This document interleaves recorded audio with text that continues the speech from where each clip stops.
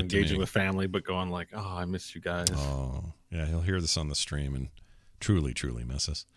Well, we'll do our best. We'll forge ahead and make a show anyway. So everyone sit back and enjoy. It begins in 3, 2, 1. Oh, no. This is the wrong one. Hold on. Wrong show. Hold on. There it is, right there. Okay. 3, 2, 1.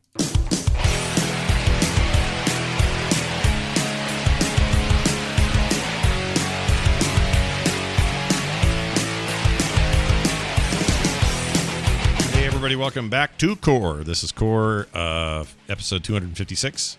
That's how many colors my first VGA monitor could produce. It was a good time. 256, yeah. Long time ago. First hard drive I ever got was a 256 megabyte hard drive. Is it really 256? Wow. Yeah. Okay. Those were the I days. mean, it's a higher number than I thought. So I think that might even be the biggest, or the first USB drive I ever bought was a 250 megabyte USB drive. It just feels like I got a lot of 256s in my life over time. Yeah, 256 is, if you've been into computers at all, 256 comes up quite a bit. Yeah, it comes up a lot. Then you go 512, and then you get up to your 7. No. What do you do after 512? You go 1024. 1024. Yeah. 1024 to 2048. And do you remember when 1024 by 768 was like the ultimate resolution you could have, and it was so cool, and anyone who had that was like better than you? Oh man, that was the high def of that time. You were like, oh man, the pixels are so small. Right. I can't see the pixels. And I think the colors, they jumped the colors up to like 16,000 or something, and it was just like a whole new world. And then we were all getting cancer from those tubes, and now we got these nice flat panels. I'm looking at you in 4K. Boy has never looked better in 4K than right now, everybody. Wish you could see him. Nice. I'm still on the old 1080p, so I'm a little dinosaur tech over here. But well, don't worry, you'll be there before you know it. I'll tell you this: we're shopping. We're down. One of us, John, is okay, but he's a dad now, and as a result, lots of dad requirements happen when you're a dad, and he's very busy with the first week and a half of the child's life, as you might imagine. We're super stoked for him, but as a result, he is tied up tonight. And he knows that if he wants to pop in here late, he can, but it sounds like things are pretty nuts, so I don't think we're going to see him for the duration of the show tonight. But wish him well. The baby's great, healthy, happy little guy, sucking on a binky. What else do you do when you're that little? He's pooping? Taking after his father. It looks like he's got a nice head for sticking cans on. Yeah, it looks like John. Makes a face like John, like when you can tell when he's got gas or he's irritated or his diaper's full. He's got a little John face going. Just totally like John. In every way, that is his child. So we're stoked for him, and we can't wait to see that kid and him soon. And Bo, it's good to have you back. How are you doing? You're good. Everything's good? I'm doing good. Yeah, I mean, it's been a little while. We didn't have a show last week, and I've been away, but it's good to be here. I've been playing lots of video games. They are soothing for the soul. Yeah. They're calming, and they sure can be. I'm glad we have them. You're really grateful video games exist. I'm glad. Well, yeah. Same. I mean, they've only existed the past, 50 years, maybe. Yeah. Yes. 40 years. We're living in I wondered. We live in a rarefied time, if you think about it, because that stuff is. Let's see. I mean, practically, people couldn't get video games in their homes until mid 70s, and anything prior to that would have been stuff that was getting worked on at MIT in the late 60s, early 70s. So, like, in our lifetimes, this all came about and exists, and it's great. I love it. Let's celebrate it. But if you're feeling kind of down, you couldn't spend a weekend, playing Missile Command the whole weekend, right? Like that only became a thing when maybe like Final Fantasy and Legend of Zelda started to hit our homes. That's true. That's to me when those long weekends, or Kid Icarus and on the NES, like the NES really sort of heralded the whole I'm just gonna stay in and play video games. Yeah, I think even more than the Atari 2600. But it's funny you mentioned Missile Command, because in all reality, I could do that exact thing when I was in junior high, because we had a Missile Command in the house, had free play on it. Well, actually, you had to open the front door and ding, ding, ding, flick the little button in there. Oh, you had the arcade, the arcade machine. That's and because my dad ran arcades when I was in that age range, and so I could whittle away a weekend on the official version of Missile Command. Yeah, but is it that, even though I remember it being amazing, I know I played a lot of River Raid. I loved River Raid. And I had an actual stick with the button on top when I played it. But I don't know that I felt like the attention span on that was finite. I don't think I could do a weekend bender of River Raid. Probably not. Warlords or I think I had a kangaroo game. Oh, at dude, one point. Warlords was great. I love that game. Yeah, but it just, what was the kangaroo game? Hold on. I don't know. There's a kangaroo one on Atari. It was a kangaroo, and you had a boxing glove, and the graphics weren't all that great. That's what I remember. It was kind of platformy. Yeah, I can't remember what it was called. And so what? You were like, you'd have the gloves, and you'd was it multiplayer? You'd punch somebody else using the other controller? No, it was a single player thing. A kangaroo. Let me just kangaroo Atari. Let me just see what it was called. Yeah, here. I'm curious it's called about kangaroo. that. Kangaroo. It's literally That's called funny. kangaroo. Yeah. Yeah, I remember having that one. Oh, it's actually really kind of like a platformy adventure game of some kind, I think. Oh yeah, look at this thing. Oh, I have some memory of the box. I remember this box. Okay. Yeah. Yeah, basically it's like you just it looks like ass. Yeah, it looks so for sure. The refresh rate was god awful too on it. I remember that as well. Oh, here's a little sound from it. It's all on my left ear though. Does this bring back memories? Can you hear that? Yeah. I'm watching some video too, and I think the hit detection on the game was awful as well. Like, it doesn't look good. Yeah. Oh wow. That's fantastic. Hey, it's what we had. You could spend hours and hours playing on like this. What's ultimately just a really terrible video game. Yeah, I mean, but it's what we had. You're right. It's what we had, and some standouts are still there. Like combat was actually fun.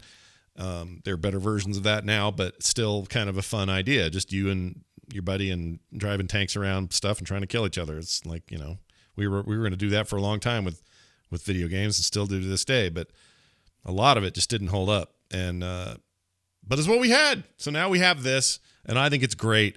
And we're just living in it, soaking in it. Freaking 4K, UHD, 60 frame per second content, man. That's the time we're in now. Yeah, I mean, it's almost we have to start enjoying the time we're in, because apparently we're going to be playing augmented reality stuff soon. What do you think John's kid's like? John's kid, when he's 15, what's he going to care about? I just think they're going to be like looking at each other through the augmented reality glasses and posing as, we'll be able to be Rainer. Like I'll get on a business call and be like, howdy, folks. Yeah. I'm Jim Raynor, and I approve this here teleconference call. Something like that. I'm into your psycho future. I think this sounds fantastic. I don't know why Jim Raynor. Maybe Mario. You know what I mean? Like everyone's gonna I just picture the future of corporations being everyone's a video game avatar. Yeah, I mean, at some point, somebody in the '80s looked at us as kids and said, "What's your world of games going to be like?" Imagine how cool this stuff is now. Play Galaga now. Ooh, wow, it's like outer space or whatever. I wonder what it'll be like when you're older. And they were kind of right in having all that wonder, because think about where we are. Think of things like Elite Dangerous and freaking No Man's Sky, and like where we've gone with the construct of video game and space, like outer space-based video games. It's crazy if you think about it. And everyone's playing a game. I don't want to say everyone. There are holdouts, but there are gamers. But then there's people who don't consider themselves gamers still have their Bejeweled or whatever the thing is, Dope Wars or something like that. Or like everyone's playing a game on a phone, on a device somewhere. It's really gotten around. So it's kind of hard to imagine a world where absolutely there are people who just have no concept of video games, which was the case like 30 years ago. Yeah, there's still some like middle of the continent South American tribe that no one's talked to yet, maybe, but for the most part, everybody, like you see Mario, you know who it is. And imagine being one of them and like seeing like Final Fantasy VII Remake for the first time. Like, what would you even make of it? You wouldn't even know what to call it. What is this wizardry? Yeah. You wouldn't know what to call it. You've never even seen one of the first version in 97, and that was pretty cool for its time. Like, it's just a crazy time. I don't know. I like this part of the industry itself. I love how fast it grows, and I love being able to see what 10 years looks like from a gamer's perspective. It's good for you once in a while, I think, to look at things like that. So what we're saying is, yes, video games, they're great. Keep them coming, video games. Now this. We are going to dive into a little... We just hadn't had a chance to do this yet. So, thankfully, the last couple of weeks have been a little slow on overall game announcements type stuff. There's not a ton going on. And so a lot of people are just sort of playing what they've got. A lot of Valheim out there. We'll talk about that a little bit later. That sort of stuff. Also, I guess Epic bought the Fall Guys studio. So for some reason, they're way into making sure they control the Fall Guys IP moving forward. So there's bits and pieces, but none of it was super interesting to us. So we're like, you know what? We never really had a chance to talk about what happened at BlizzCon Line and whether we're excited about any of it or disappointed by any of it or whatever. It was a pretty crazy week for me because I was mentally kind of tied up in the Q&A, which happened that Saturday. But there were a couple of things that dropped that were significant that made me excited. One of them was, for example, the Diablo 4 Rogue class reveal. Seems like they should just call her the ear collector because that's pretty much what that whole thing was. So that game continues to be obviously on our radar, but like, how are you feeling? What's your Diablo temperature these days? Are you still like, man, can't wait for 4, might even get by on Immortal for a few weeks just to tide me over? Like you were like a couple of weeks ago, you were talking about looking for an action RPG again. So how do you feel now after seeing that? I mean, I went looking around. I didn't find anything, and I played Diablo 3 in the new season. I was kind of half bored because I'm like, I've done this so many times. Yeah. So I just, regardless of what you might say, or I don't think I think actually a lot of the stuff's been well received, but people have their Blizzard issues. I am optimistic about Diablo. It's going to be good. I'm going to enjoy it. I have a lot of faith that it's going to be great. So I need it now. Yeah. And so everything that I'm seeing looks cool. They're going for the edgy, whole gothic, grimdark stuff, and I mean, I honestly don't even care that much. I just need a new clicking game that is well made. Yeah. And that's the company to do it. So I might have a little something for you later. I played something last night that really grabbed me, like bad. And a lot of people are talking about it. I'm not the only person, but I think I know what you're talking about. Yeah, Kyle's been playing it. It's like overwhelmingly positive on Steam. It's a little out of control, and I didn't see it coming. Oh, has it moved to overwhelmingly? When I saw it, it was very positive. It's overwhelmingly as of now, which is usually means pretty much nothing negative has happened during the first day of launch. Yeah, it's we'll talk about it a little bit later. The game is called Loop Hero. Or is it Hero Loop? No, Loop Hero is Loop the Hero. Game. I kind of like Hero Loop better. It sounds funner, or it's easier to say. But Hero anyway, Loop. Man, did I get sunk into that frickin' damn thing? And it's only $12 right now. So later I will tell you why that is the best buy in gaming at the moment. It's a real booger, that game. It's very, very good. Anyway, we'll get to that in a second. What else did we had? We had Diablo 2 Remaster. Now this was not controversial on our stream. We had a couple of us that were pretty excited. Myself and Kyle Ferguson, pretty stoked for how that D2 remastered, resurrected, whatever they're calling it, looked. It looked good to us. Garrett and Jocelyn could kind of care less. And if in the case of Garrett, he seemed to adamantly kind of hate it. And I don't know why. I still haven't really made a resolution with those guys about why they felt the way they did. I guess Joss just isn't not really a Diablo person. So I can see that from her, but Garrett really actively disliked what he was seeing. I thought it looked great. I thought it looked awesome. Like I can hear it now. You probably can. It was visually cool looking. It's basically the one thing they didn't really say in the opener, but talked about later. It's basically a 3D engine, but locked into. It's not Diablo 3's engine, but it's basically locking that game into what it used to feel like. But it's got real-time lighting effects, and they're based on a 3D lighting effect system, and all of that. This is not a sprite-based game.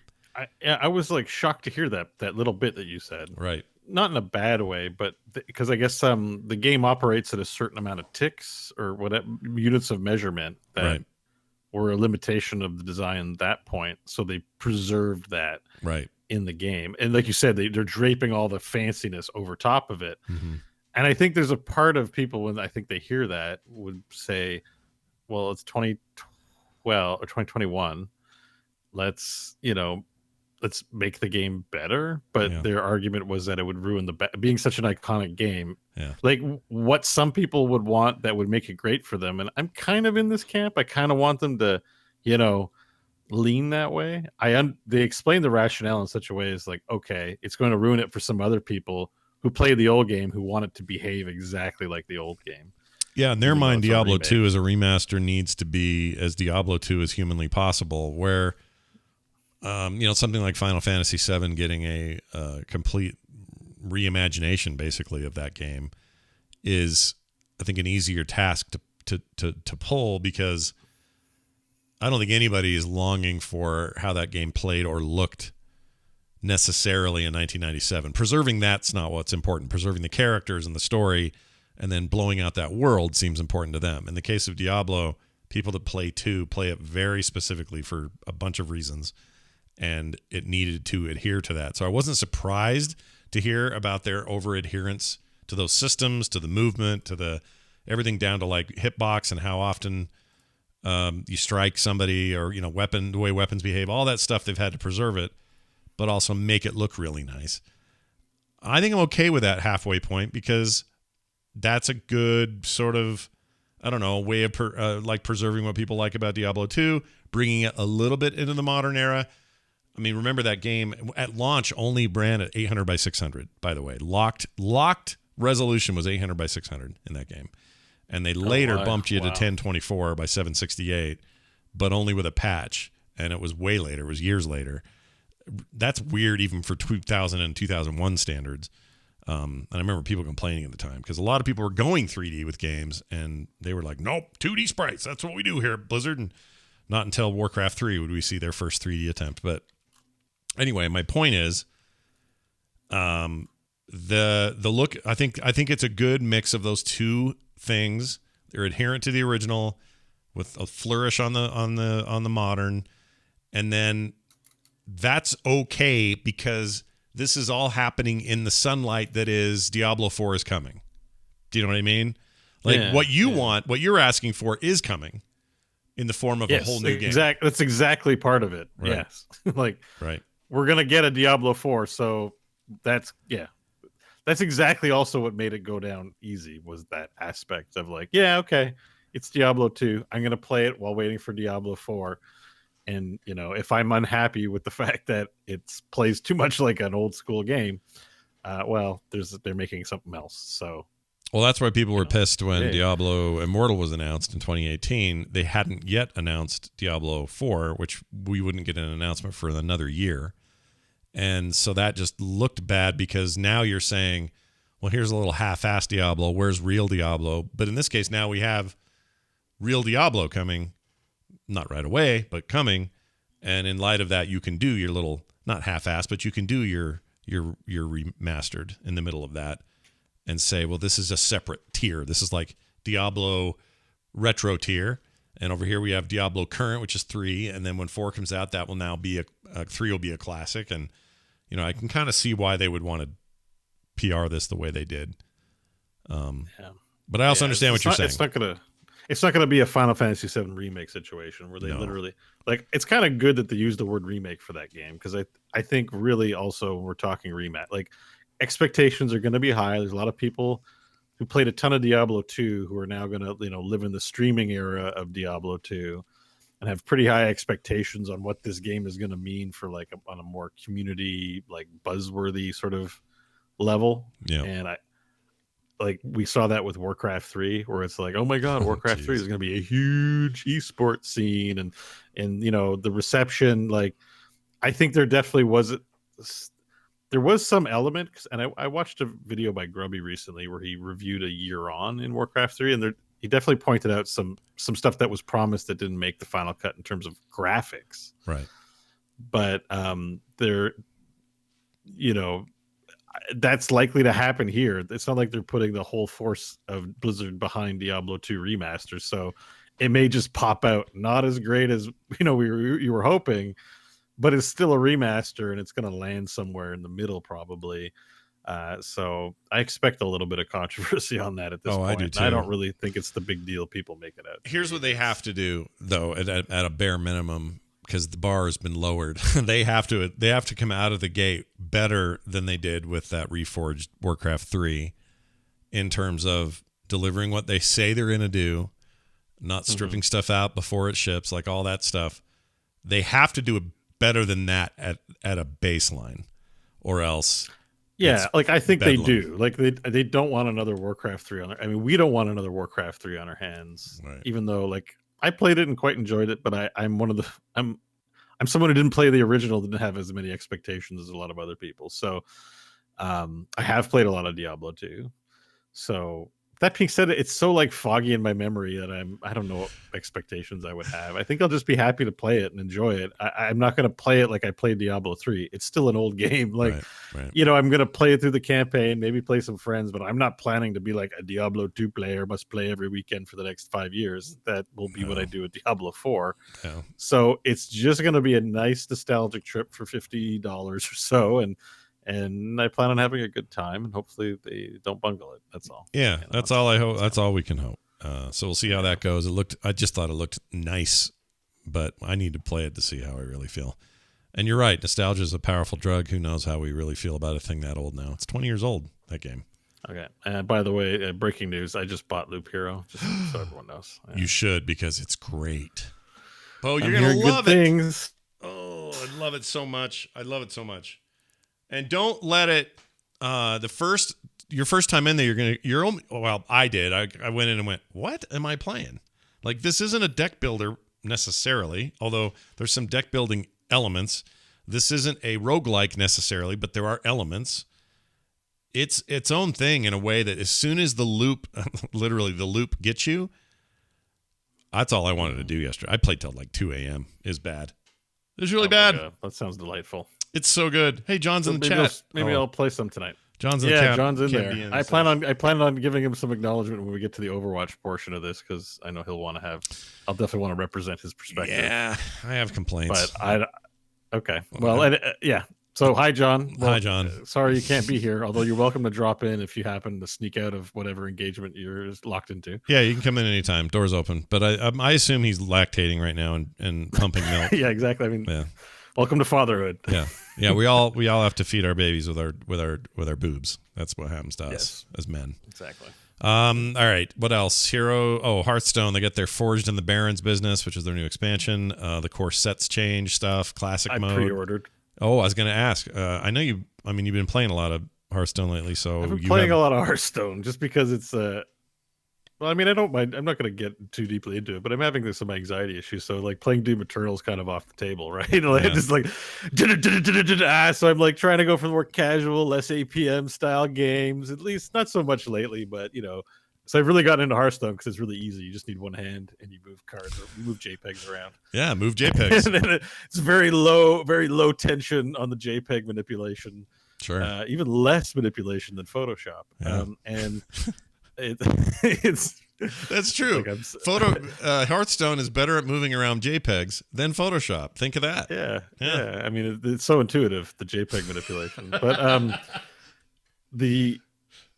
I'm getting a kick out of it and I'm enjoying it. So I'm like, whatever. I'm going to pre-order. I like to. It just kind of sucks not having all the cards to need to build decks. So I'm just like, whatever. Here's my $80, or actually it's $100 Canadian. Jeez. Like, yeah, I know, but I'm gonna get a golden legendary. Does it give you and I gotta get 5 packs of golden stuff. I'm a sucker for golden cards. I like the gold cards too, even though they're just animated gifs. But because there's no trading.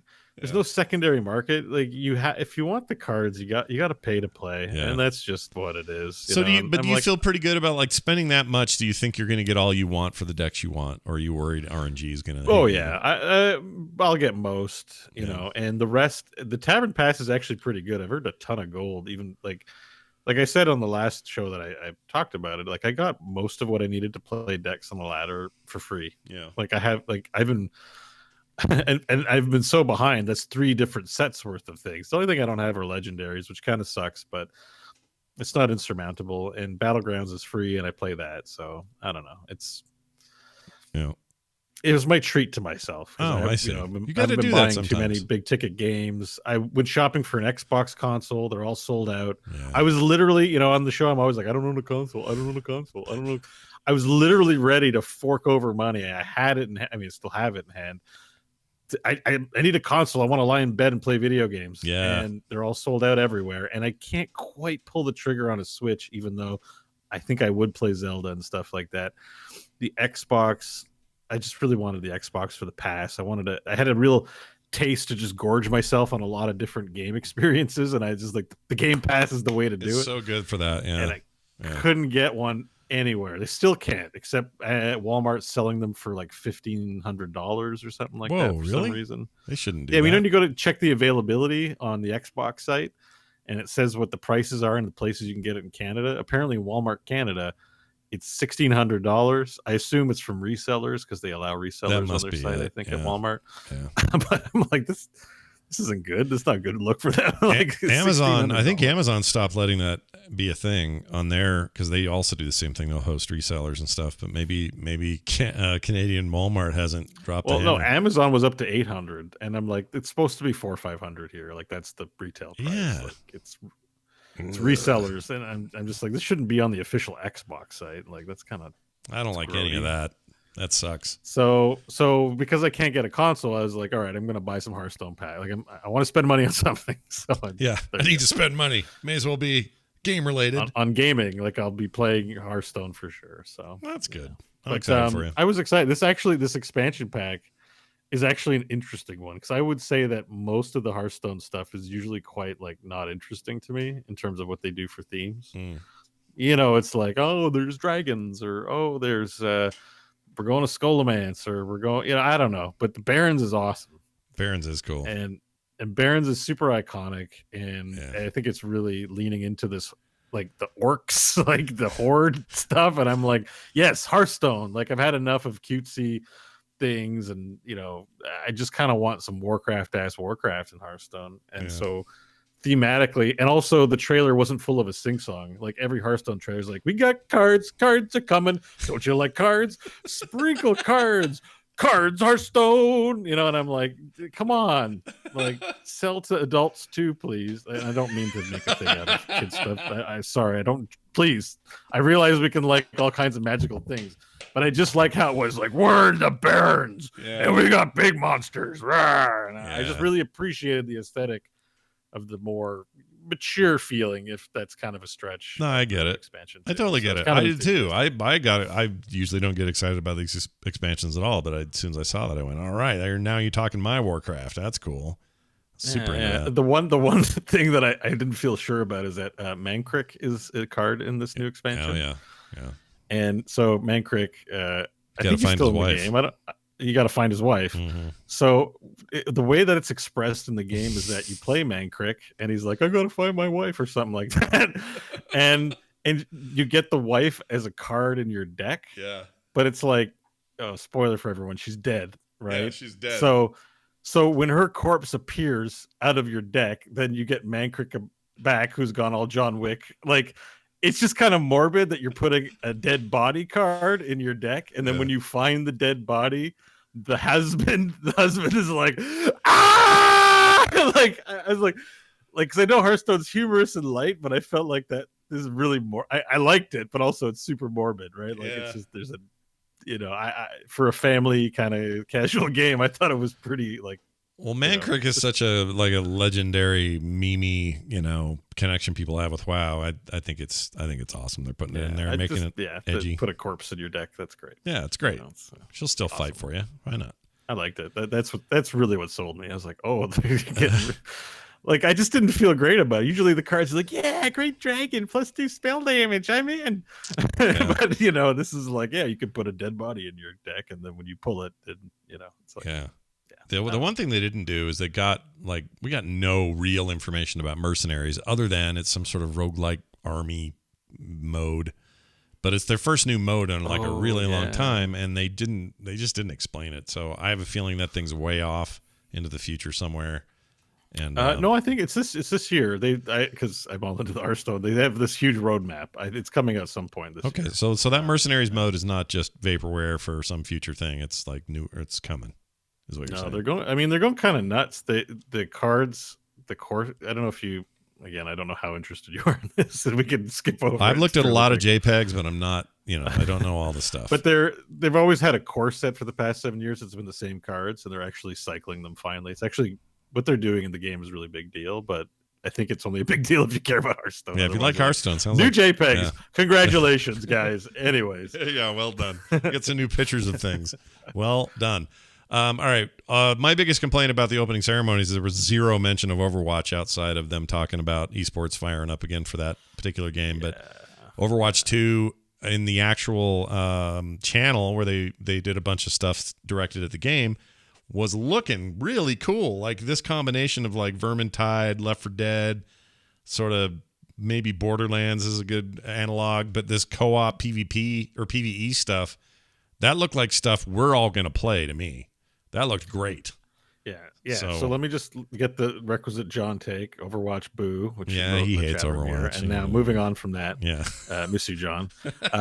I think Overwatch 2 is the most exciting part of the presentation. 'Cause we got to. It wasn't featured main stage, which sucked, but I look at this BlizzCon as a kick of the can down the road. Like, I think it's just like we have to give them something, and we have to make it just good enough. But we're not going to be the hypest BlizzCon because hopefully we're getting together next year at some point. I hope so. So I will give the pass on not focusing on Overwatch, but they had a fairly that deep dive panel that they had was fairly lengthy and involved, and I mean, it looks like Vermintide. And the thing that struck out to me the most as I was watching it is they were like, we don't want to make a game that has a few repeatable missions that you play over and over again to grind for things. So we wanted to give you a lot of mission variety and a lot of content. And that would be the one criticism I would level at Vermintide too. Not a big criticism, but you get through the game fairly quickly. Like, we've played all the levels, and now all we have left is to play them again. And one of their new X packs, the whole thing is like, now you can play them from the end to the beginning. Woo! So because they featured that, and hopefully I'm not setting my expectations too high by reading into what one guy said in the entire presentation, but I'm hoping that there's a meaty amount of campaign content, because if Overwatch 2 contains no PvP, because they already sold that with the first one, my expectation is that there is going to be a lot of Overwatch 2 to do. And if so, it doesn't have to be a game I play 1,000 hours. If I get 100 hours out of it playing with friends on a good shooter campaign co-op style that isn't Borderlands, then that seems good to me, And Lied Schnub in the chat says, does Overwatch 2 have confirmed crossplay or anything like that? I don't believe so. I don't think there's any crossplay between console, PC, Switch, or any of that. There isn't now. I mean, current Overwatch doesn't do any of that, but I don't think they talked about it. Maybe for PvE it'd be less of an issue. I don't know. It would be. I think they should do that, and maybe they will, just because everybody's starting to do it. Like, crossplay's happening everywhere. So why not get on that? But up till now, they haven't, and I don't think they've said anything about 2, but I could be wrong about that. Now, Diablo 4, that's a different animal. That could be crossplay pretty easily, because you're really just talking about a primarily PvE game.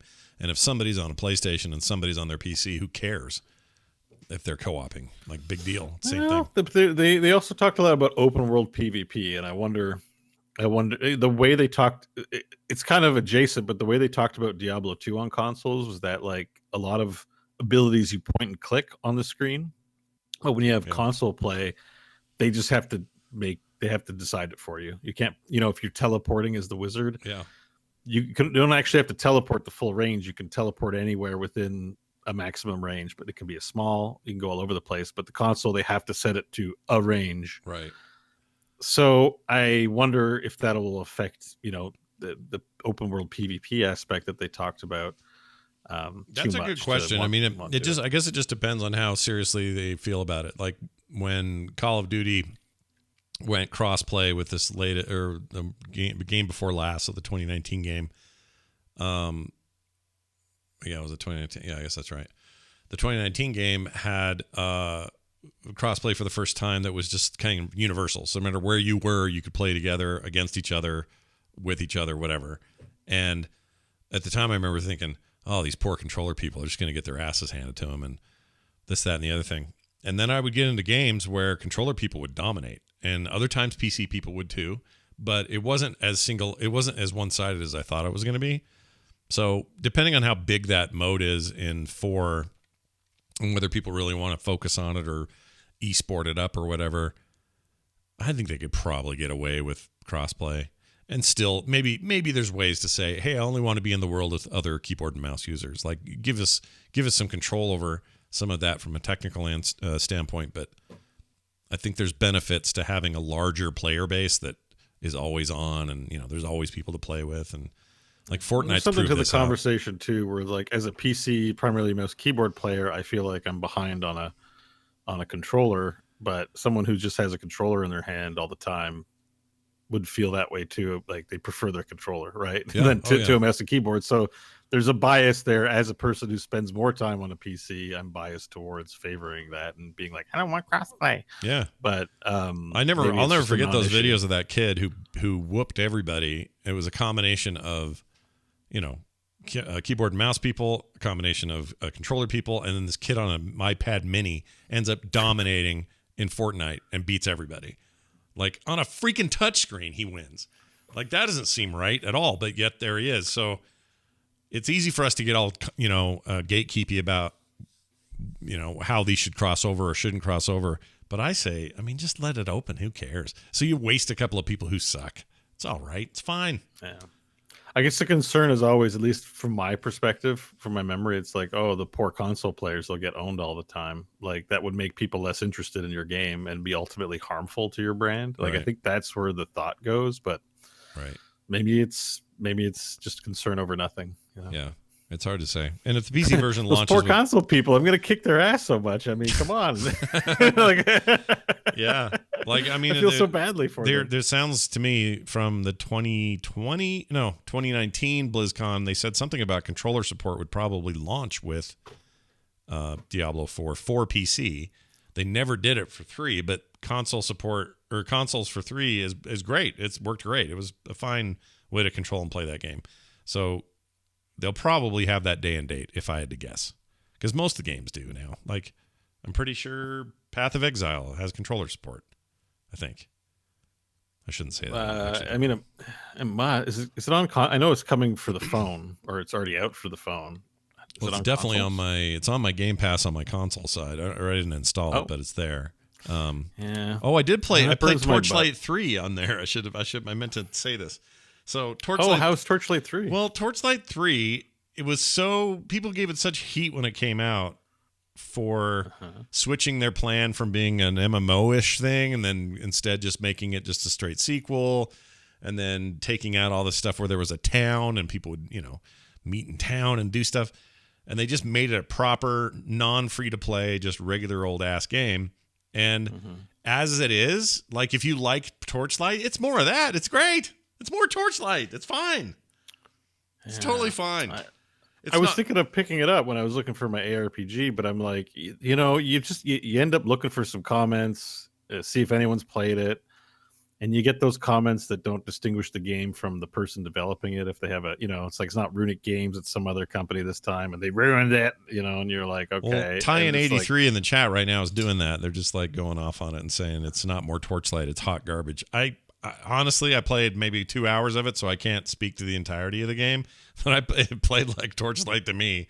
Like, I'm killing dudes, picking up their loot. If it's a better piece, I'm wearing it. I'm going to go kill some more dudes. I got some quests to do. I'm going to teleport back to town. I'm going to repair my gear or whatever. Like, all that stuff is there, plus the pets and the fishing and the stuff they had in the last one. And I don't know. I feel like that game is better than all the heat it got. It may not be the most innovative, like, next generation. Oh my gosh, I can't believe we've come this far with Torchlight. Yeah, like, it feels like Torchlight 2 to me, but that's okay if that's what you want, Yeah. I don't know. Yeah, that's a part of it too, is I think, especially with ARPG, like, there's certain game styles where people expect that it's going to either what you make is excellence or it's trash. Yeah. And Torchlight, I think Torchlight was really good, and there might be aspects to the new one that, if you look at a game like Diablo, you're like, I expect to play 500 hours of this. And so you want that game to be like pristine because you're going to spend a lot of time in it. You want to feel it's worth it. Maybe it's like Torchlight 3 is not that game, but it's just fine to play for an ARPG. I think it just depends what you're looking for out of the game. Right.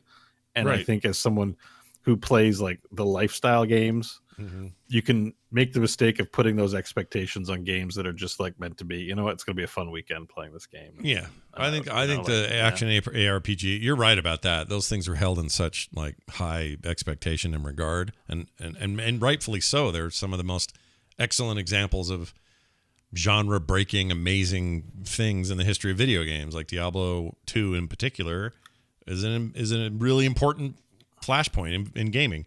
So I understand the reverence toward it, but sometimes you just want to go play a dumb fun thing. Like this isn't nearly as like I played. You remember Dungeon Siege? Do you remember those games? Oh yeah. I loved the first one. I did too. It hit me at a time where all I wanted to do was Dungeon Siege all day. Yeah.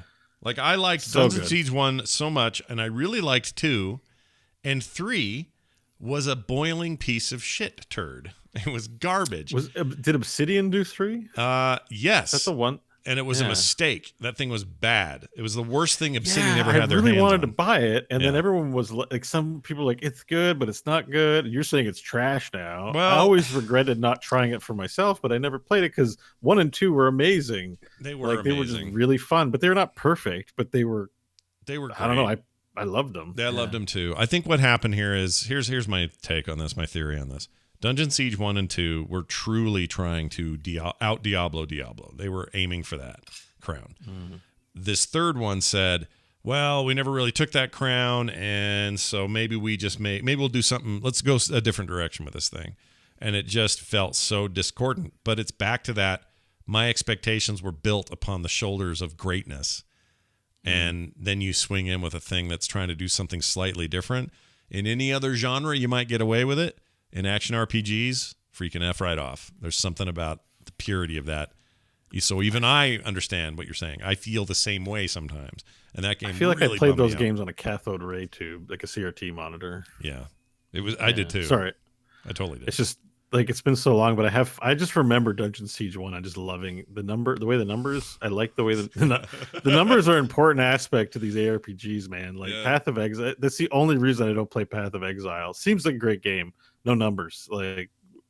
And why people praise it, I have no idea. Everyone should be shitting. Like in my opinion, everyone should be dumpster firing their Reddit with this issue, but apparently they like it. Well, it's because 2 never had it, and that game's basically 2, right? Like in a lot of ways, Path of Exile is just them saying, hey, we all really like 2. Numbers? So no, 2 did not have numbers. No numbers came up. Oh, I have this weird memory thing where I always think it has numbers.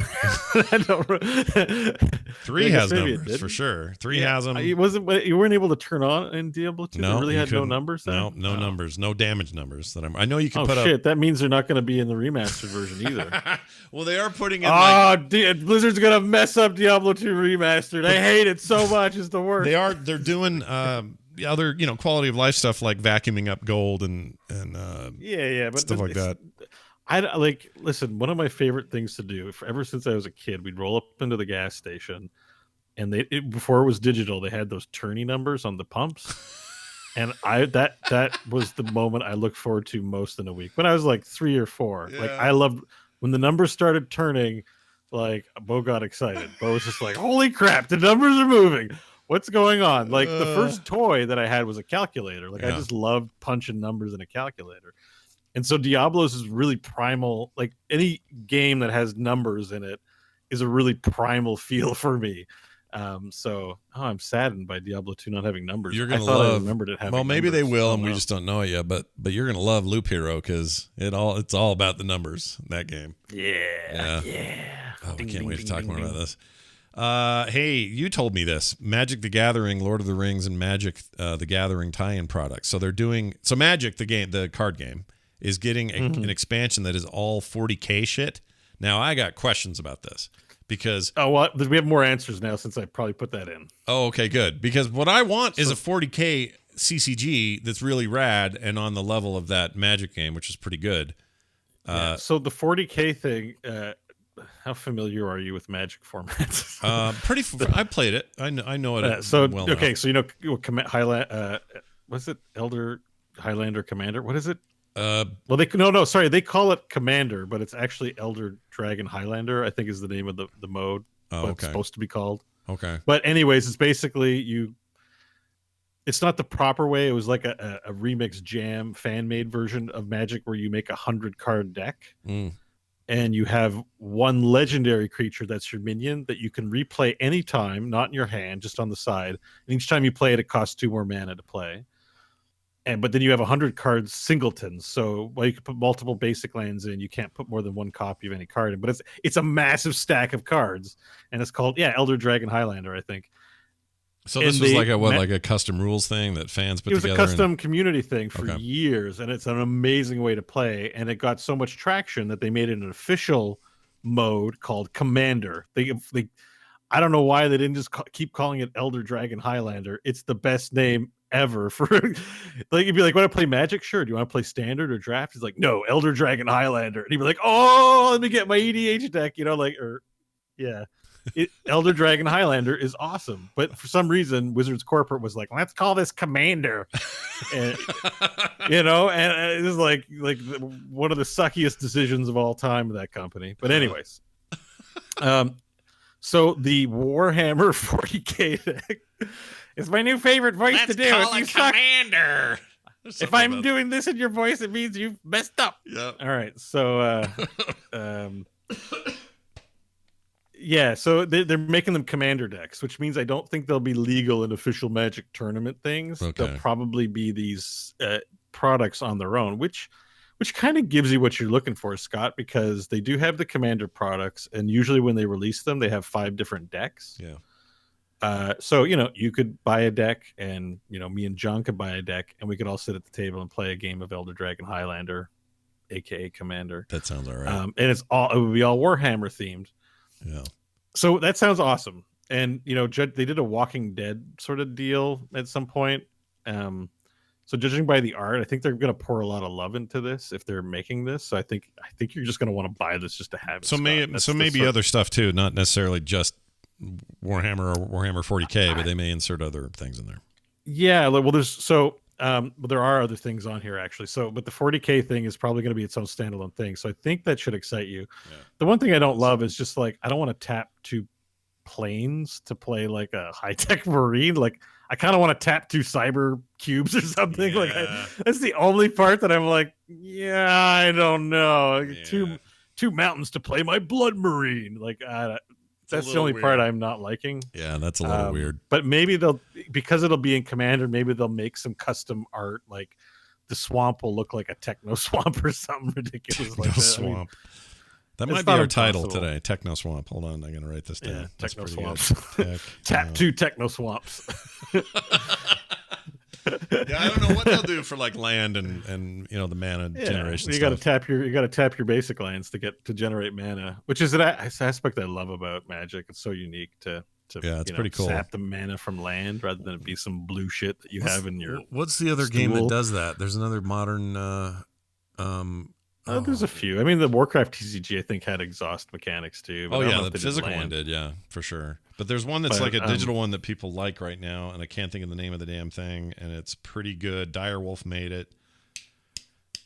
Eternal has a mana system. Yeah, like I like those non-mana crystal. I really hate Hearthstone's mana. That's the one thing I hate about Hearthstone is like you have mana crystals like this, and everyone has the same mana crystal. Even in World of Warcraft, your hunter, what do they have? Energy now, yeah. Like they do different fun things, and it's like I hate mana crystals. It's so generic and boring. They used to do mana back in the day, but then they changed it to energy. And what's great is if you have a hunter now and you type /OOP or OOM, like out of mana, out of P. Yeah, I'm all out of P. You do OOM and he'll go, I need mana. I'm out of mana. There's no mana left. And he keeps yelling. I'm like, dude, you don't use mana. What are you talking about? I've never had mana. What am I yelling about? It still makes me laugh, though. So like in raids or dungeons, I'll just spam it sometimes while we're waiting for someone to pull a boss. I'll just go, I'm out of mana. I need mana. It's like, no, you don't. You have energy, you dipshit. That's interesting design. So, it remains to be seen whether they're going to do something cool with the Warhammer stuff. Maybe it'll be bullets. I tap 3 super bullets and, whatever. Super bullets. I like that.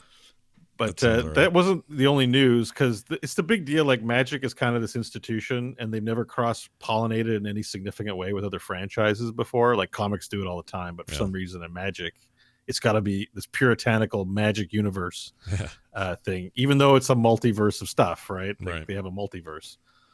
But I think what they're going to do is they're actually crossing over into D&D, so they're going to do a Forgotten Realms legal official expansion. Cool. Which is their own IP, and it makes a lot of sense. Like that, I'm super behind. But I don't know the final word on this, but they're going to do a Lord of the Rings one as well. Oh, okay. So I don't know if we're going to see Orlando Bloom on a card anytime soon. Like, I like to imagine that it's like photorealistic cards all of a sudden, like old like Topps cards or something. Like here's Kevin Costner as Robin Hood. I guess that's a different expansion, but but I'd buy that. I'd buy that one. Kevin Costner. You'd have like ability cards, like terrible Planeswalker card. Yeah, yeah. Although that would sell, those Planeswalker cards. If they got like Keanu Reeves to pose like his likeness for a card and do like John Wickenstein as like the Black Swamp Planeswalker, like they should. They should take a page out of Fortnite's book and get Kevin Costner to be like Foresty Man, Planeswalker or something. Or Waterworld, man. Bring him over as he could be the Blue Mana guy. Yeah. The Waterworld, yes. What was his name in that? The Mariner. He could be the Mariner. I know how to make this. Be the Mariner. We got Keanu. I don't know why. I think Keanu Reeves would be a very evocative of a swampy dude. And who's our Red Mountain Fiery guy? Monk from Gangs of New York. No, not him. No, it'd be like. I just watched that the other day. It's a deep cut. I know that movie's great. There's nothing wrong with that movie. I mean, if you're gonna do gangs, you might as well get Daniel Day-Lewis. Yeah, get him in there with that stupid hat, man. Just the Butcher. Okay, yeah. Is it Butcher Bill? Bill the Butcher. Whatever it is. Bill the Butcher. I can't remember. Yeah, but he's the red guy. Yeah. Who's our Plains guy? Oh, geez. AOC. Yeah, we'll there AOC. You go. We get some politics in there. Yeah. AOC is like a good, perennially good sort of virtuous person. Well, that's what's we'll get emails to the contrary, but I live in the States, so good luck with that one. I'm not taking a side. I'm just saying, sorry, maybe I made a mistake. I take it back. I want to untap my mana. I know it's not legal, but it's a house game. Yeah, it's a house game, house rules. That's how it works. Like a DM, they get to choose. Yeah, I don't know. Write in and tell us what you think the other one should be. Yeah, please let us know, everybody. Who's Plains? Let us know. We want to know. One thing we haven't talked about at all yet, I don't think we have, is because we were all going to play this together. We had big plans for Anthem, and Anthem didn't happen because Anthem was bad when it launched. And then they went back to work on it, and they were supposedly going to relaunch it under the name Anthem Next, and had a special strike team fixing the game and working it all through. And then at the end, they decided not to do it at all. So they're done.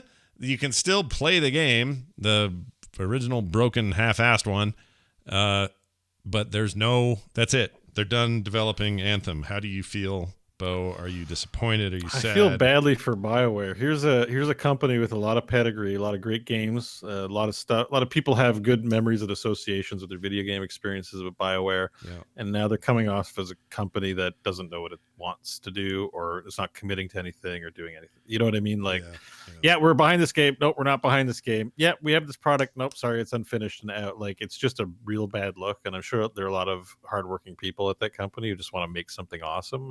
And I don't know. It's just sad to see, because now it's all about, I guess we're getting a Mass Effect 4 or some kind of new Mass Effect. So it's like, we're going to double down on Anthem. No, wait, we have to build this Mass Effect game. Expectations are super high. So now we're going to do that. Well, the one upside is they did say, a whole bunch of the core team that worked on Anthem are now leaving that team and working on the what's the name of their Dragon Quest game, or Dragon Age game, and they're gonna honest mistake, something with dragons, and they're gonna and they're pulling away, because originally that thing was gonna have all sorts of like game as a service sort of Destiny style structure to it, and the way that Anthem was, and now that's all done. They're like, nope, it's a single player big ass RPG. We're going back to basics. We're not trying to make this thing into something. They had it with the first one. Yeah. And I don't know if it's sort of the overall corporate structuring and trying to follow buzzwords and trends and games, rather than just look at their game and be like, it was what people wanted, and so how do we just improve on that formula and not add in the buzzwords, like yes, that's reassuring to hear. I have very little faith they'll be successful given their track record's going in the dumpster. Like, it's not good. It's not great. Because I was happy. I was very happy to be proven wrong about Anthem. Anthem had a lot of good things going for it. So I would honestly be happier if they just went dark for a year or two and nailed Anthem. Like, there's No Man's Sky proved anything. You can come back from the brink of game development failure with the actual same game. Even it's possible.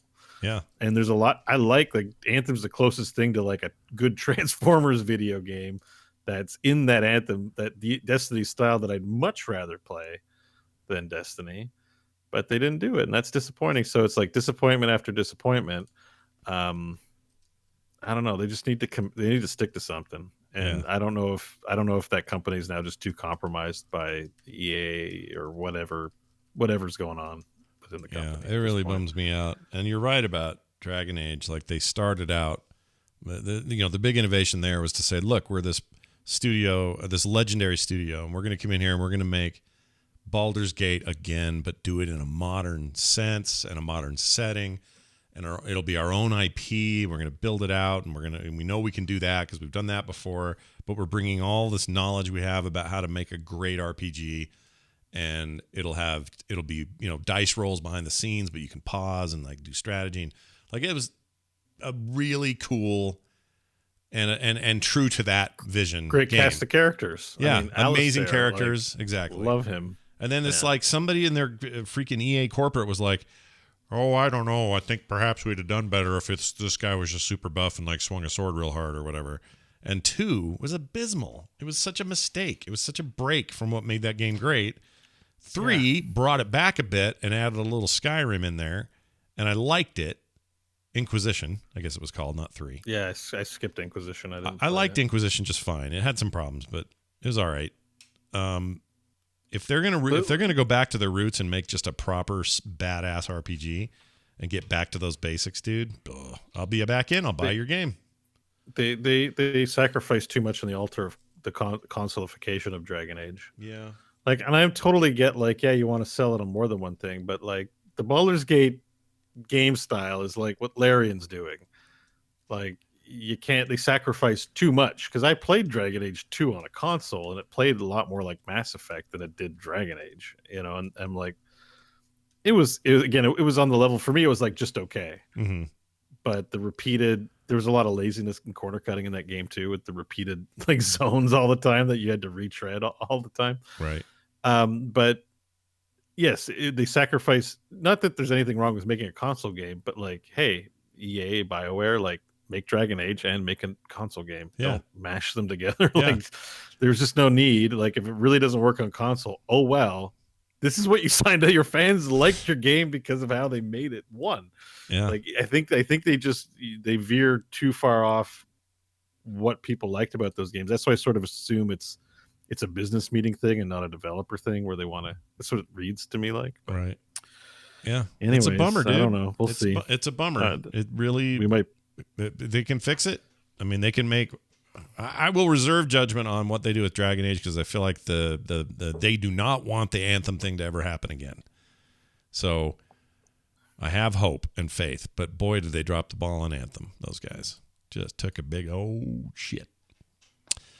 All right, so much potential. There's a lot of potential. Let's do this. The games we've been playing. Oh man, I can finally talk about this game. So Bo picked it up during the show. I think John grabbed it as well.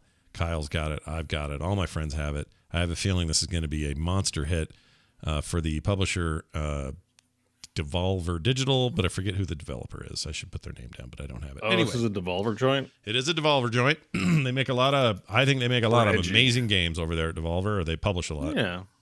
And this one really fits that fits that description. It's called Loop Hero.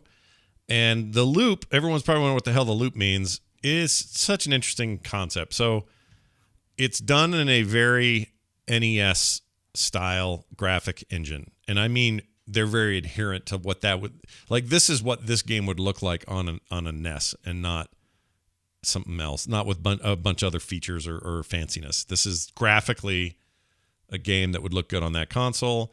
And it even has like the CRT mode, so you can have it look like it's all bent in, and not bent in, but kind of warped in with lines and stuff. You can do all that if you want. You don't have to. You can turn that stuff off. Anyway, here's the best way I can describe the concept of this game, because it's actually still sort of hard for me to put into words what the game is. But you're a little adventurer dude, and the way the game works is you've got expeditions, build, and the other ones is track your achievements. If you hit build, it's like your little town where you have some bonuses, and this is the roguelike part. So after runs of this expedition, you come back to this town and you build a new what do you call the guys that work on your weapons? Blacksmith. You want to build a blacksmith?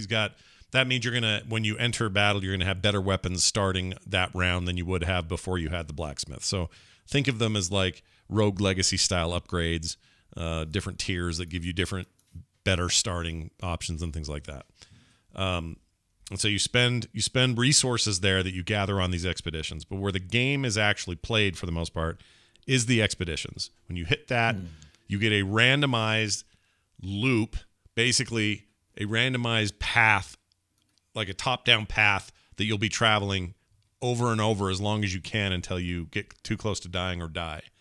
And your guy, there's two speeds. You can have it on slow or fast. I have it on fast now that I'm used to how to play it. But your guy's moving around. He looks just like a little white pixelated dude, like from an old video game, like in television level looking, nothing too fancy there. But as he's moving along, and there's a day-night cycle that's happening, and you have a life bar and a camp. When you leave camp, you just start moving automatically down through this thing. And you might come to a section where there's a blob, like a slime. So you got to stop and fight the slime. And you do. It's automatic. So you go in there and you will fight the slime, and you have stats and stuff, but they're real low when you start. That slime now dropped 3 cards and 1 piece of gear. And that piece of gear, let's say, is a better sword. It's all random. It's all never the same. So you never know what you're going to get. But let's just say this run, a sword drops. Ooh, sweet. So you just drag it up to your inventory slot where the sword is, and now you've got the better sword. It's a plus 10 to DPS or whatever. And those cards he dropped are like land cards. A little bit like Magic, kind of, but not really. But it'd be like, this one is mountain. This one is rocks. This one is grove. And this one is a graveyard. And some of those can be placed, the graveyard can be placed in the path. And the point of doing that is when you go past that in the path, it will give you some resources when you go through it, but also it might spawn a skeleton you're going to have to fight there. There's other ones like a spider den.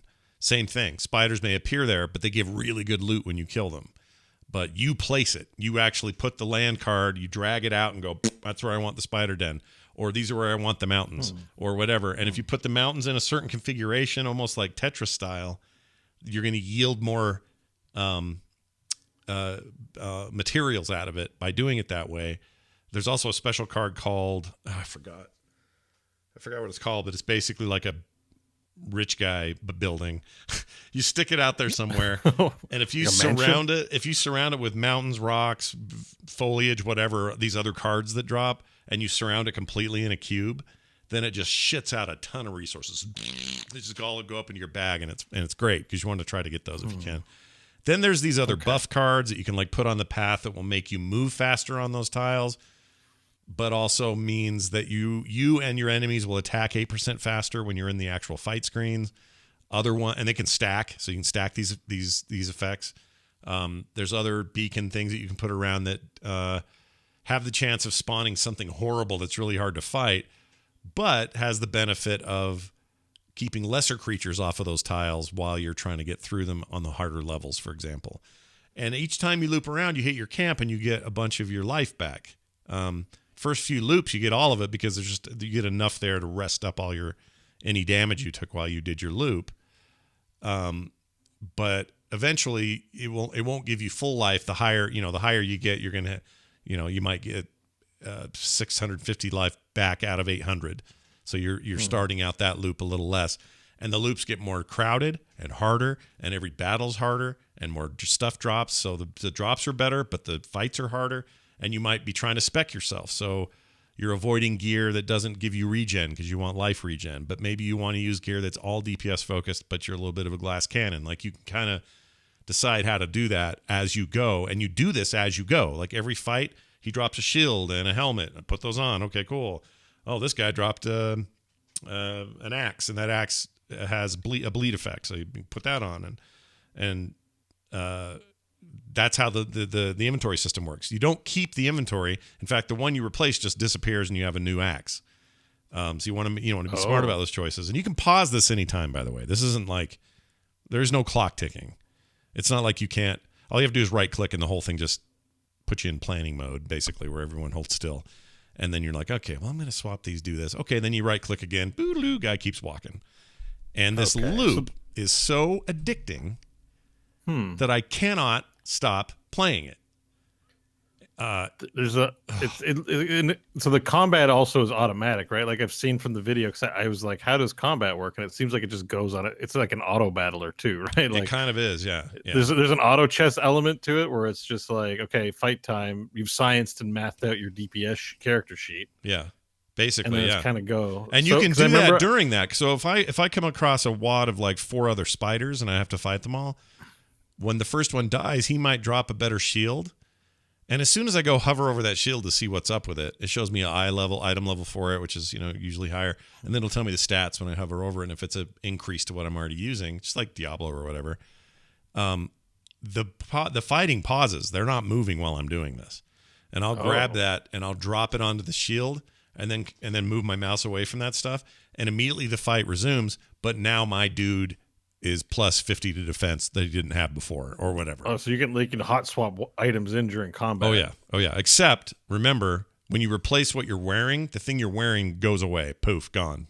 Doesn't stay in your bag. That's weird, right? You can't keep it and sell it. There's no inventory. I think that's why, because the whole point of this game is to get as many resources as you can. And I don't know what the total loops are, but today I played a game where I think yesterday I was maybe doing it wrong, because I would quit a little early. You can quit early if you're scared, if you're going to die. If you're scared? Sorry, I'm a little nervous. I'm a little nervous. I don't want to die. You don't want to lose your stuff, so you can hit your little run away button, and he'll run back to camp. But then you have a choice to make. If I leave, if I abandon this, I get to take this much of my resources that I've accumulated with me, and that again I get every time I loop, every time I place a land card, like every time I do that stuff, I get all this inventory that helps me build stuff at my town. I can, if I finish all the loops, I get to take everything with me. But if I die and or leave early, I got to leave some of it here.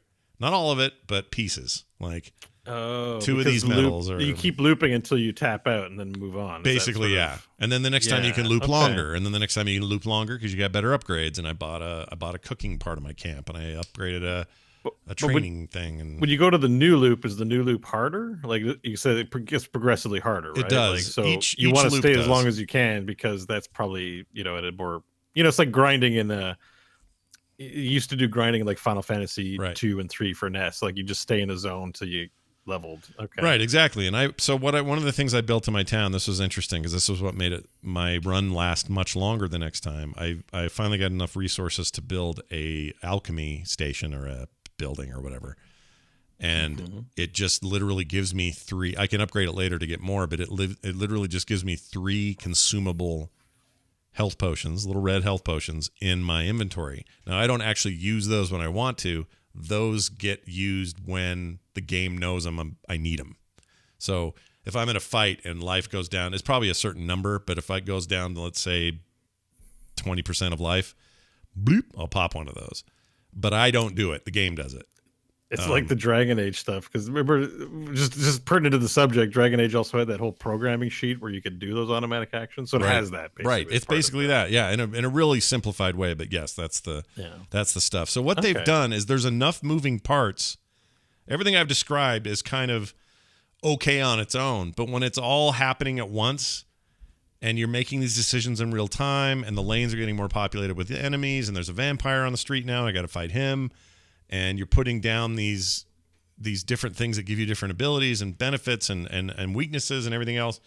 And you're just filling it up as much as you can and trying not to die toward the end.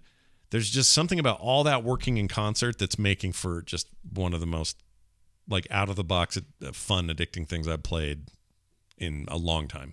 I really like it, like a lot. So, well, it sounds really interesting. And also, what I think of a lot when you're describing the game is that I think it's you, it's not John, right? That likes those little mobile loot games, like oh yeah, where that's you just definitely open me. boxes and Yeah. upgrade loot. Like it feels like that, but with an actual game attached to it, maybe a little bit. Like, yeah. There's like something to you're do not, here. you Yeah. feel less bad about. Well, I'm not really playing a game. Like, you're like, no, I'm playing a game. This is okay. Yeah, We're good. it's still you're not wrong to compare them. It's not exactly the same, obviously, but because I do have to do But there's stuff that to little do element because it disappears, right? So right. you're looking for new loot. You upgrade the loot. You're trying to. It's just that what you pick matters because I guess it affects the mechanics of the game. Yeah, So, there are like strategies involved, and yeah. there's a level of complexity that makes it a game and not just a numbers go there's up. a game thing. attached to the Exactly. the activity But it still has. But you're mobile. not wrong to say that it has that stuff. It does have that kind of bigger number, bigger number, bigger number. But it's fun. That's I mean that's the fun of Diablo and all these games. That's quality game like that will have that whole I got to sit here and think about what I want to do with my items. And it's one of those games that just feels unabashedly willing to make this. They don't need anything fancy to make this work. They're not trying to blow your minds with graphics. They're not trying to say, hey, next gen this or that. They're saying, what if a really well-made, smart gameplay loop just had this basic wrapper on it, and it was nostalgic enough in a way that make you you'll like it. It's aesthetically pleasing, but it's not. This isn't going to win any graphics awards. Yeah, I'll be honest. Like Steam, when I opened Steam yesterday, it came up in the the news thing. It's not really news; it's just advertisement. But anyways, right. The news thing pops up, and I'm like, Loop Hero.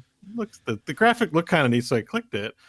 And I've seen there's reviews, and it wasn't overwhelming. It was just very positive at that point. And I was like, "Yeah, it looks all right, but the graphics are such trash. Like I can't."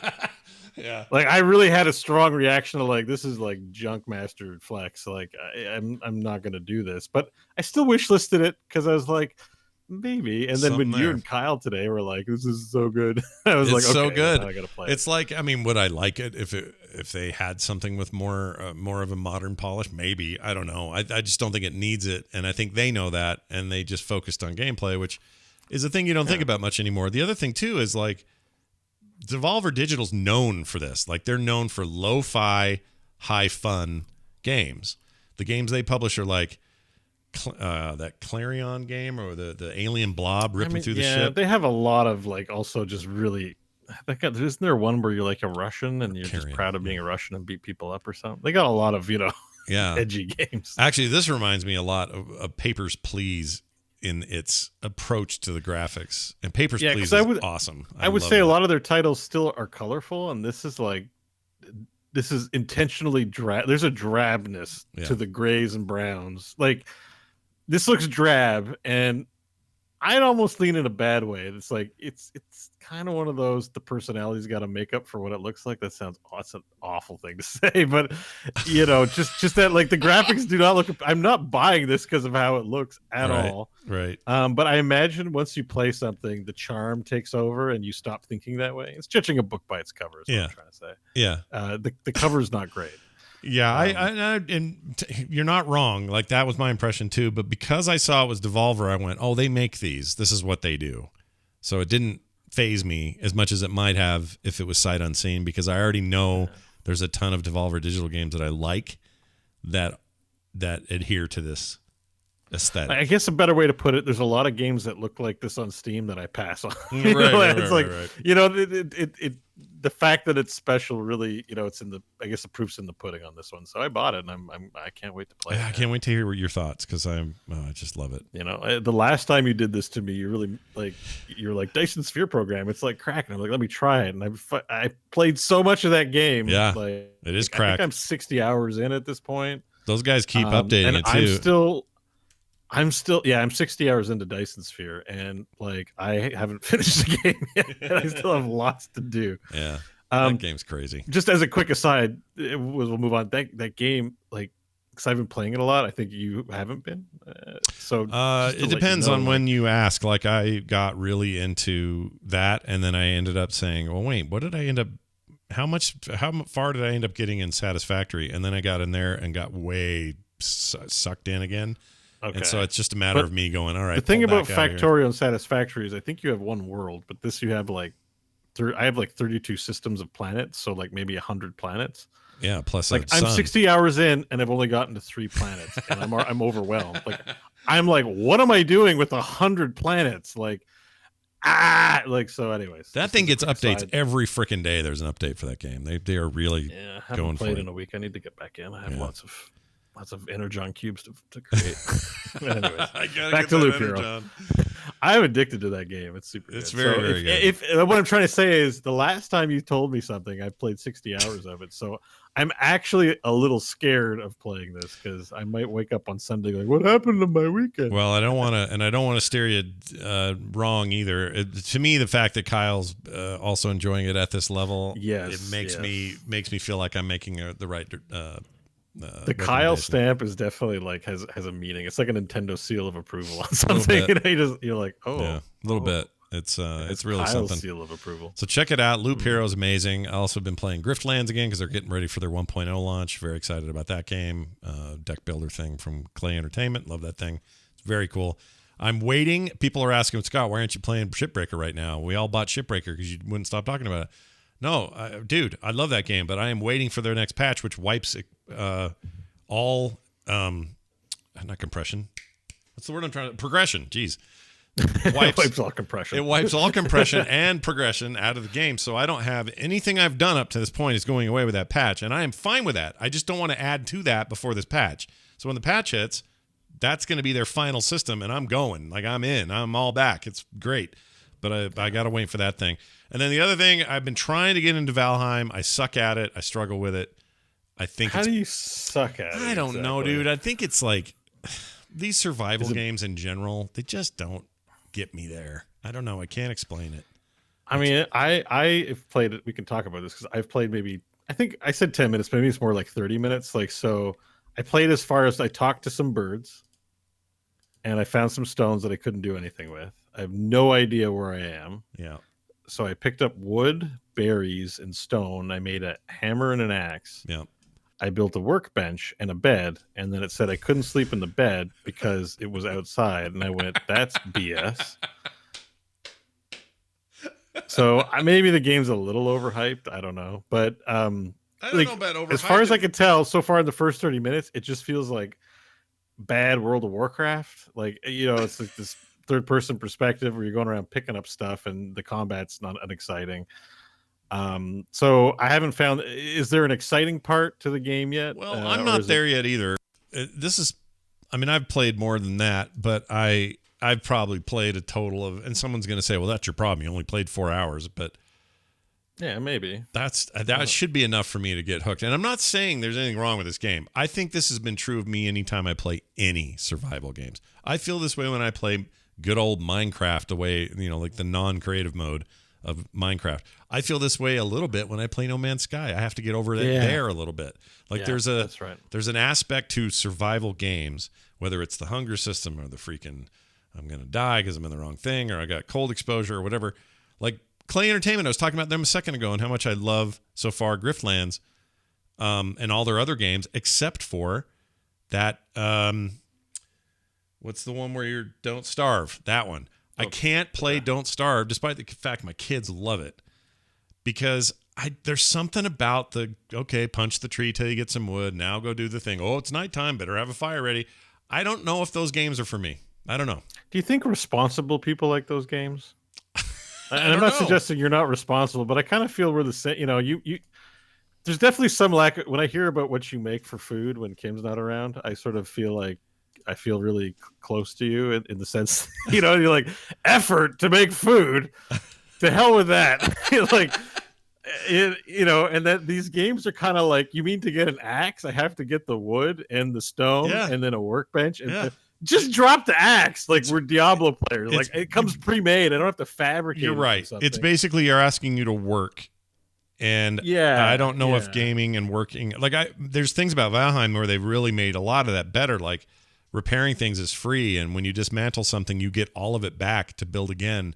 Like, there's some nice quality of life game things happening here that aren't adherent to realism so much in that game, and I like that.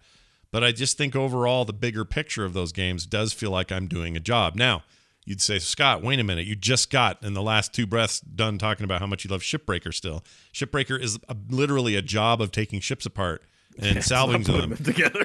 And I know, but there's something about tearing things apart that doesn't have this problem with me that I have with building something up. That seems weird. I know it sounds weird. I just heard it. And you it like sounded building. Weird. You like Dyson Sphere. You like making machines that build things. It's literally the manual labor part of this whole thing. Yes. Like, because I kind of agree with you. I don't like these kinds of games either and I would say that's the whiplash of No Man's Sky, because No Man's Sky is gorgeous and makes you feel something when you go to a planet with a system with 3 suns and there's weird creatures.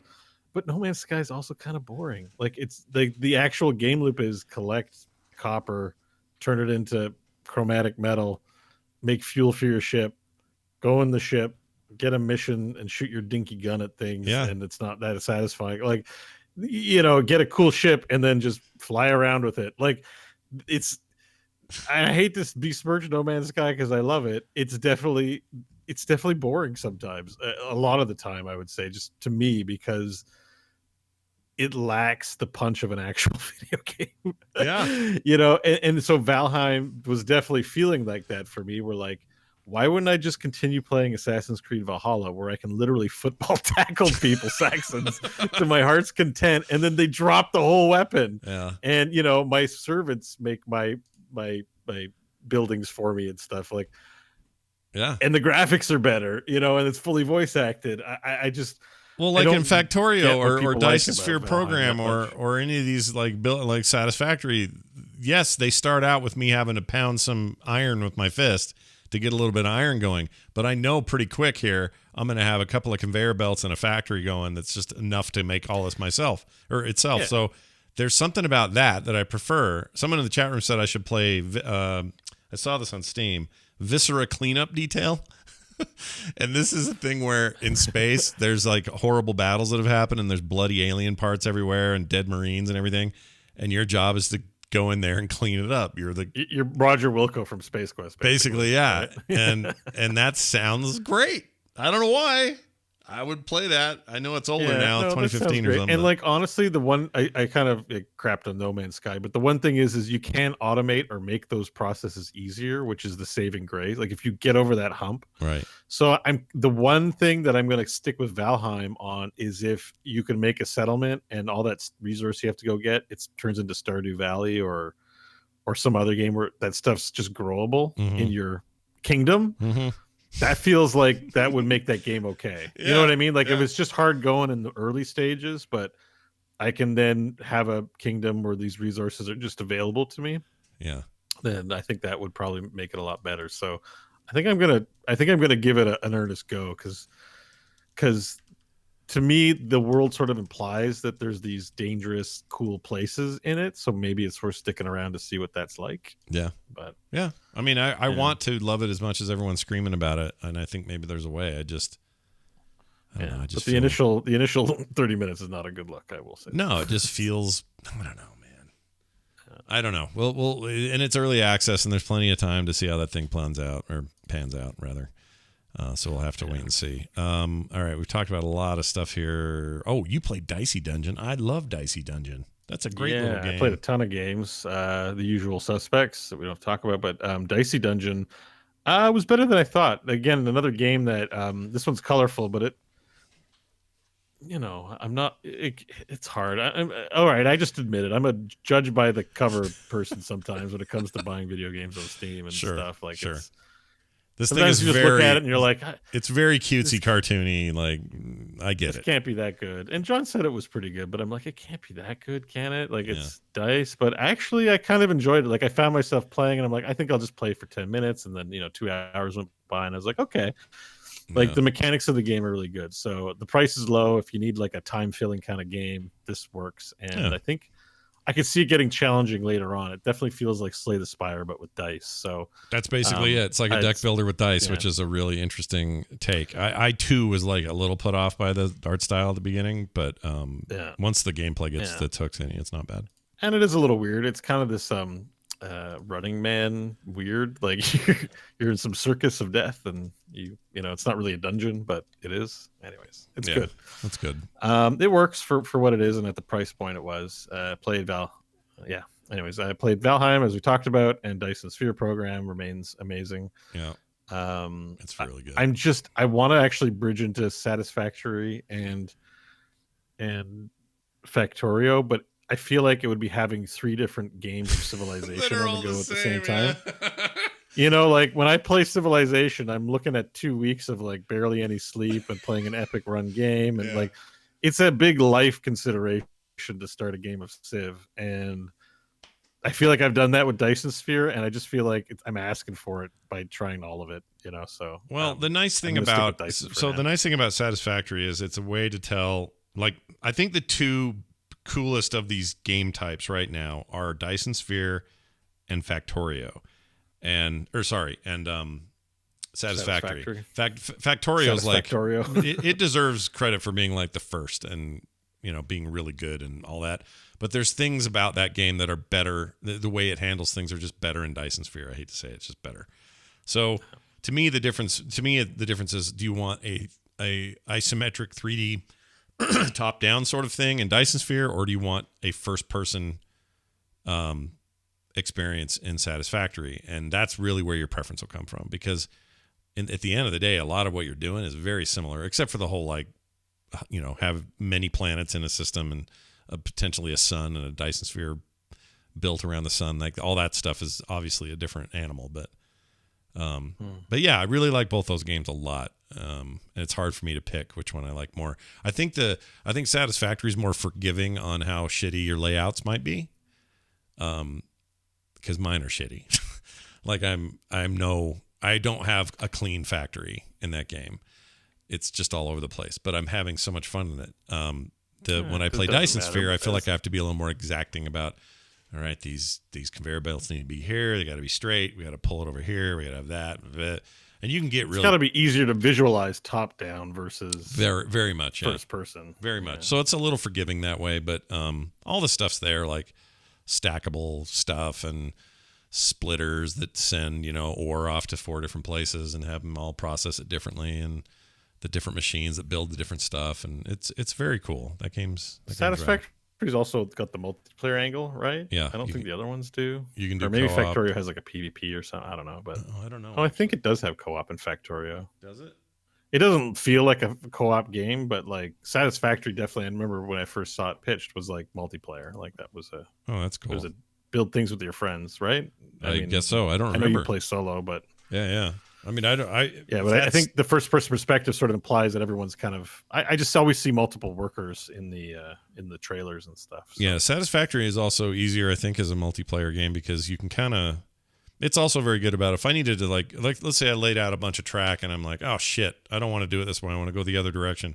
I can tear all that out and all the materials are returned to me. I don't lose anything by. You don't move stuff, but you can disassemble it and then reassemble it somewhere else.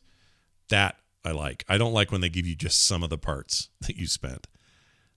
Even though that's probably more realistic, it's just not as fun. So it's a video game. Yeah. You know, that you're not doing realistic things to begin with in these games. So yeah, I kind of like that aspect of. So that's in Dyson Sphere, right? Both Dyson Sphere and Satisfactory both do that. I think Factorio might. Can you delete things? Because one of the things I hate about Dyson Sphere is you get this. There's this RPG mechanic where you increase your inventory as you go down the tech tree. I don't know if that's in Satisfactory, but if you get full of things and you want to delete stuff, there's no way to delete it. It's like a pain. Like to get rid of liquid, you got to put it in a water tank and then delete the water tank. Like bring it back. You can't have a water tank in your inventory with actual liquid in it, so you just lose it. Oh, I see what but you're I'd saying. rather just delete, like just give me the option to remove things. I haven't been able to figure out how to delete unwanted materials in Dyson. Chat room saying, Bohouse is saying you can. Well, please, can you tell me how to delete? Well, which game does he mean? Does he mean you're the one you're talking about, or hang it off your bag and hit delete? Oh, it's in Satisfactory. No, I'm talking about Dyson Sphere. There's no way to delete inventory in Dyson Sphere. No, I think he means Dyson Sphere because in Satisfactory, I just take it down to the little delete. There's a trash can in Satisfactory. Hanging off your bag. Oh yeah, he's talking about Dyson. Okay. So he's saying, oh, that's a little unintuitive though. But I'm glad it exists. I've only played this game for 60 hours. How do you expect me to know that stuff? Yeah. In a poorly translated game. Come on, guys. This is what happened. That's my favorite thing. I've streamed some Dyson Sphere. That's the worst feeling when you're streaming and someone comes in and is like, "Hey, you dumb idiot! Like, why don't you do this?" And then you're like, when they're right, you're kind of like, "Oh, fine, you're right," but they don't actually say it that rudely. But it makes you feel kind of like dumb. Well, this is what happened to me in Shipbreaker. There are features in that game that I didn't know about after I played 70 or 80 hours of that game.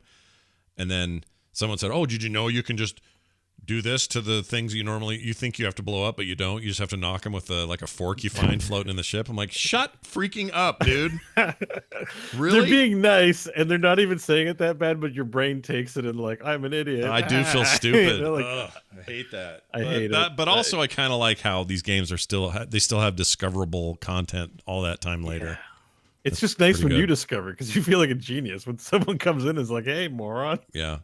But yeah, building and and they don't say that. That's just the subtext that you read into it. Right. The individual receiving it. Like, just to be clear, you guys are great. Yeah, you guys are great. That's what we're saying. But yeah, chat. We have good chat rooms. It's not a big streamer chat room where they literally say those things. No, we don't. We have no a-holes here. That's the rule. All right. Let's see. You mentioned Diablo. Heroes of the Storm. That's cool. You like the yeah, I played a there? ton of heroes. I've been playing lots of Lucio, actually. Oh, Lucio. Lucio's fun. I like Lucio. I've always had the fun aspect of him is just his move speed. You get the wall ride thing, and you're trucking around at like plus 70% movement speed in some scenarios, or 80, I think. It feels good. It's fun. And so then I troll people. I'm mostly a nice online player, but every now and then, like, I find something I like to do. Oh, and I have to tell you about Hearthstone. I'm playing a meta deck that is rogue, that has a card that says, "Hey, loser." And then you play it and you ping the enemy hero for 1 damage, and then you bring it back into your hand, and then you play it again and go, "Hey, loser." So when I kill people, they've heard this gnome called Penflinger say like, "Hey, loser, hey, loser, hey, loser," like 15 times, and then they die. It's super satisfying, but it's at the expense of the other player. Anyways, also I like to play Lucio because I like trolly heroes that make the enemy players feel bad. I admit it. Yeah. I'm not insulting. I'm not saying they suck. I'm just schooling them in a way that's kind of bigging up my ego. And so skating around at 1,000 miles per hour is Lucio, and telling them to break it down. It's just really been doing it for me. Break it down. Yeah, I also like playing him. I miss heroes. I need to get in and play some heroes. We should play some heroes. Yeah. I think I'm finally over the trauma of HGC, and I lit the subreddit on fire by posting. I was pretty. Speaking of BlizzCon this episode, I went to Reddit. You were not happy that day. I said the fact that there's no Heroes of the Storm is FUC. Well, I don't know if spell the whole thing. We're trying to keep it PG, but I have an idea. And a couple hundred people upvoted. It was at the top of the subreddit because not a lot. It doesn't take as much to get to the top of the subreddit these days. That's true. And I don't know. I felt a little bad, but not really. I still like the game. I think I got it out of my system is what I was trying to say. Well, that's part of why it's so frustrating. The game's great. There's nothing wrong with the game. It's not the game. It's the weird... I've played a lot of League, too, in the past few months, and I'm like, I'm done with League. Heroes is much better. Yeah, Heroes is a better game. I enjoy Heroes much better than I enjoy League. Oh, we're going to get emails about that, but we don't care. We like Heroes better. It's just better. Let's say not objectively. I just like better. It's the game I prefer to play, and I think, there's nothing wrong with anyone saying that. No, I don't either. I support your willingness to say that entirely.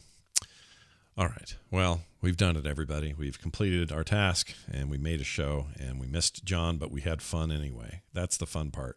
Even when Bo's not here, we have fun. When John's not here, we have fun. When I'm not here, it screws everybody over. And that's the worst. We have fun, too. We've done a few shows without you. Not many, but that's true. A couple of them. Yeah. One or two. Yeah, you guys did good with those. Whenever one is missing, we never have as much fun as when the other one's here. That's just the science of it. Just the science. Yeah, that's a good way. The mashup guy is going to have to work real hard to find me talking about poo and peen and all that. all the peas. Pretty peen light episode, of course. Sorry. Yeah. I always feel bad now because he's got a Patreon, and I sort of like to imagine if we don't say enough explicit things, and he's like going hungry. He's like, damn it, talk about inappropriate things, or I have a family to feed. It means money now. Yeah. Well, all right.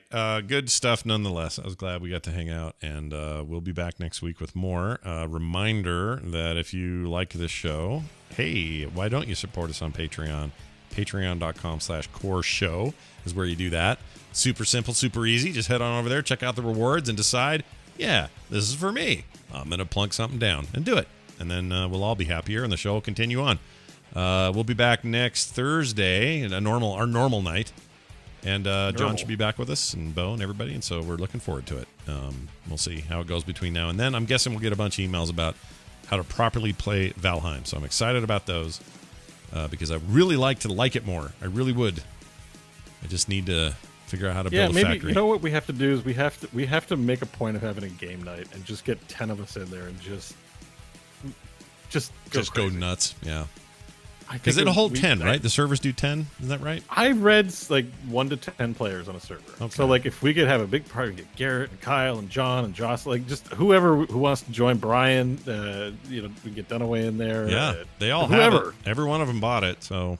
Yeah, like whoever wants to, like that's what was the tough thing about Heroes is like we only have 5 people. Sometimes there was a 6 that wanted to play, so I feel like this is an opportunity for us to actually kind of have a game where we can all just goof off for. Yeah, I agree. So we're not done with Valheim. Valheim is not done with us. That's what we're saying. All right, go build your factories, go build your fun times, and we'll be back next week with more. Thanks for listening, everybody. Go to Core Show on Twitter and visit us online. We're over at frogpants.com/core. And leave us reviews wherever you get your podcasts. It helps us out a lot. Gets us up there in the ranks on the video game podcast. Thanks, everybody, and we'll see you next time.